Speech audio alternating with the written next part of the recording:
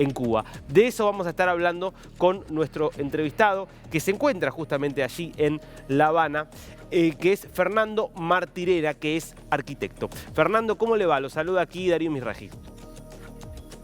Hola Darío, ¿qué tal? Fernando, para no hablar de este hecho puntual que puede tener sus peculiaridades, ¿cómo describiría la situación general edilicia de vivienda urbanística en la ciudad de La Habana?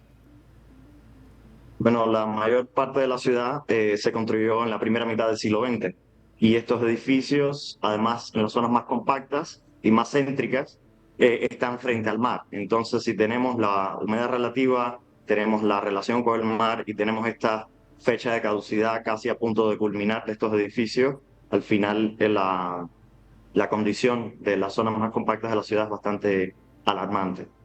Hmm.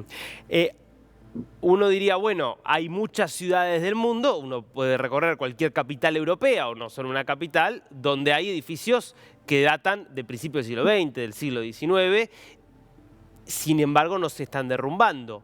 ¿Qué pasa con los trabajos de mantenimiento? ¿Qué es lo que se necesita y por qué no se hace? Bueno, hay varias condiciones. Una es que hay una incertidumbre bien grande en acceder a materiales de construcción. Hay bastante escasez. También la situación económica, la mayoría de las personas que viven en el centro de la ciudad les impide también generar el mantenimiento y son edificios también que son bien caros de mantener. Entonces, en este caso, tenemos edificios que por casi 100 años no se han mantenido y tenemos ahora eventos como este. El evento el derrumbe no es una excepción, sino es algo bastante regular en la ciudad, simplemente que se convierte en un suceso cuando hay pérdidas humanas. Y que en este caso es un suceso que nos tiene bastante tristes a la mayoría de los habaneros. Fernando, usted dice, esto es algo casi habitual. ¿Tendría alguna forma de cuantificar con cuán habitual es que Hace, efectivamente... Sí. hace alrededor de 10 años, las cifras decían que había 2 derrumbes parciales por día, sobre todo producidos por lluvias. Las cifras de hoy no las manejo. O sea, hace 10 años, 2 derrumbes parciales por día. Sí, Corríjame si me equivoco, pero si no cambió nada y el deterioro se siguió profundizando, hoy debe ser peor la situación. debe ser mucho peor. Ahora, usted decía, bueno, la dificultad de la economía, la dificultad para hacer materiales, para conseguir materiales, eso explica que no se haga el mantenimiento sobre los edificios.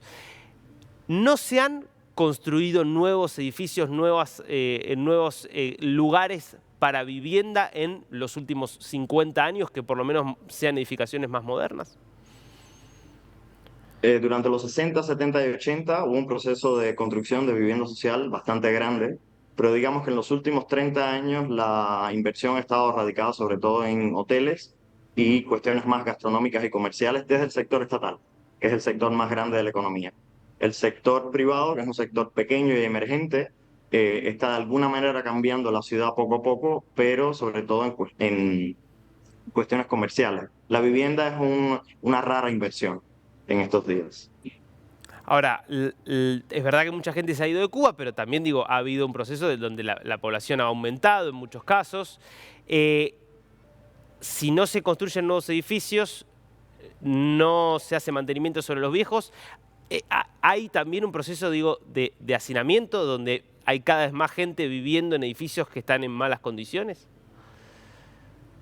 Que no se haga mantenimientos de los edificios, paradójicamente, no significa que no se construye. Ha habido un proceso bastante grande de autoconstrucción en la cual los arquitectos y los urbanistas hemos estado fuera. Y eso ha hecho que, sobre todo la ignorancia con respecto a tecnologías de la construcción, ha hecho que estas intervenciones en los edificios sobrepasen su carga natural. Y A, es una de las causas de estos derrumbes. a ver, si puede, Fernando, desarrolle un poco esto. ¿Cómo es esto? Autoconstrucciones dentro de los mismos edificios viejos de los que veíamos. A ver, Sí, ¿cómo sería? Denos un ejemplo. sí, por ejemplo, los entrepisos. Estos edificios originalmente tenían unos 5 metros de altura y la mayoría ahora tienen unos entrepisos, unas losas de hormigón que hace que duplique, no solo duplique los metros cuadrados básicamente, pero lo más importante es que esta nueva construcción interior no se ha hecho a través de ingenieros, a través de arquitectos, no se ha hecho planificada, y eso hace que muchas veces atente contra la salud del propio edificio. ¿Y por qué, si hay arquitectos en Cuba, no se apela justamente a ese saber para hacer ese tipo de trabajos?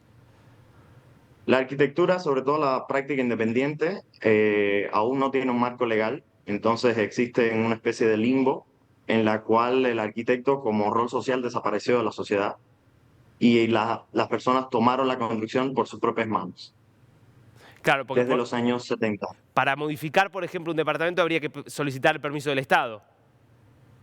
Sí, sí, sí. En la mayoría de los casos, por supuesto, la ilegalidad también es algo bastante generalizado en este tipo de construcciones, pero normalmente sí. Claro, entonces el escenario, uno entiende entonces por qué es tan complejo. Le hago, Fernando, una última pregunta. Eh, ¿Qué sería necesario? A ver, dentro del marco de las limitaciones que tiene obviamente Cuba, ¿qué podría permitir, por ejemplo, una mejora que sea realizable por lo menos a esta situación edilicia? Bueno, primero tiene que ser una mejora a la macroeconomía. Pero desde lo que yo puedo hablar como arquitecto, la legalización de la práctica de la arquitectura podría aumentar el rol del arquitecto en la sociedad y sobre todo para impedir que este tipo de desastres ocurran. Fernando, muchísimas gracias por este testimonio allí desde La Habana. Muchas gracias.